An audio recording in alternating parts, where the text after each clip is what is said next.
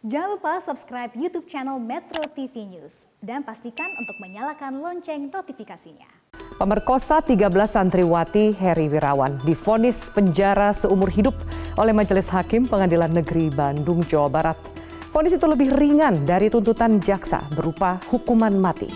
Meski penjara seumur hidup termasuk hukuman maksimal, namun seberat apapun predator seksual menerima ganjaran, nyatanya para korban sulit mendapatkan keadilan.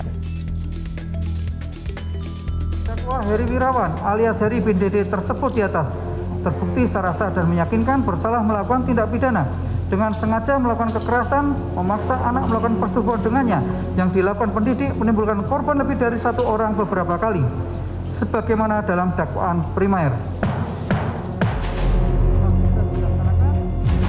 Ya, Majelis Hakim memang memiliki pertimbangan bahwa hukuman mati yang didakwakan oleh jaksa bukan solusi terbaik untuk memberikan efek jera.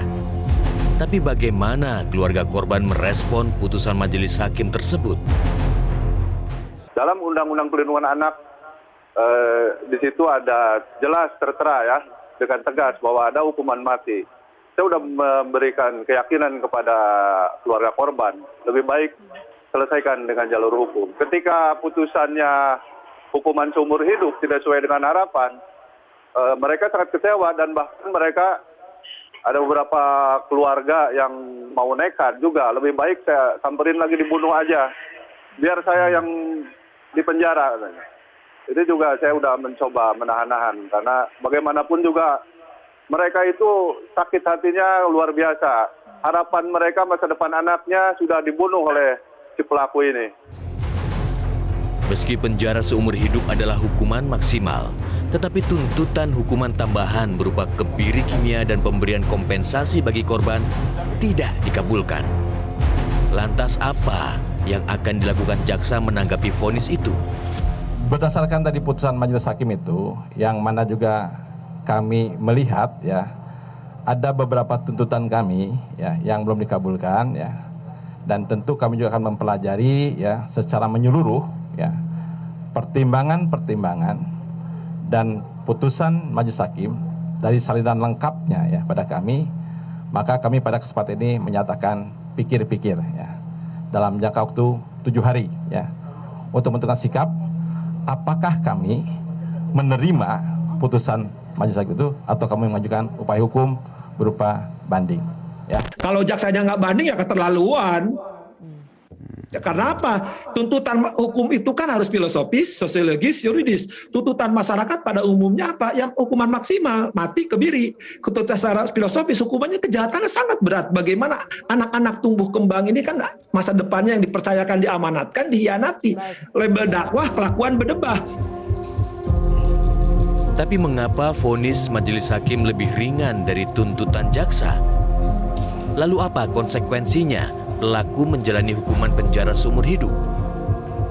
Tapi sekali lagi sudah saya prediksi sejak Metro Subuh aja sudah saya katakan bahwa putusan pasti di bawah tuntutan jaksa. Kita memahami siapa latar belakang hakimnya bukan penganut hukuman mati ya, jadi kita paham lah dan kita harus hormati. Nah yang pertama harus dilihat kalau dia menjatuhkan seumur hidup, ingat usia terdakwa itu masih muda.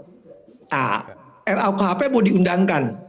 Undangan KUHP yang baru kalau kelak berlaku di berapa bulan ini atau berapa hari ini akan berlaku hukuman seumur hidup bahkan hukuman mati kalau selama sekian tahun telah menjalani hukuman berbuat baik bisa berubah jadi 20 tahun. Kalau 20 tahun dapat revisi. Lantas bagaimana pula dengan masa depan para korban kebiadaban Heri Wirawan? Karena perlu ada kejelasan tentang perlindungan dan tanggung jawab terhadap korban. Kita semua harus memahami bahwa anak-anak ini adalah korban. Jangan kemudian mendapatkan stigma berkepanjangan karena tidak ada seorang pun yang ingin menjadi korban. Sehingga apapun yang terjadi dengan anak-anak ini, mereka menjadi korban, kita harus mendorong untuk memaksimalkan terkait dengan rehabilitasi. Karena memang itu sangat tidak mudah. Memang ada catatan yang menurut hemat saya, bagian restitusi itu menjadi PR yang tidak mudah. Karena seharusnya restitusi itu menjadi tanggung jawab pelaku. Negara akan rugi kalau semua orang menjadi pelaku, kemudian negara yang membayar restitusinya. Bagaimana aplikasi implementasi dari Undang-Undang Perlindungan Anak? Ketika Undang Perlindungan Anak bagaimana korban dan anak korban, segini ada anak korban yang harus dijamin kelak karena perbuatan biadab dari durjana ini yang tadi hukumannya ya tidak maksimal ya. Luka yang didera santriwati yang menjadi korban kebiadaban itu tidak hanya sebatas kekerasan seksual secara fisik.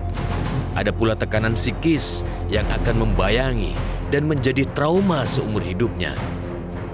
Karena nyatanya, seberat apapun predator seksual menerima hukuman, para korban sulit mendapatkan keadilan.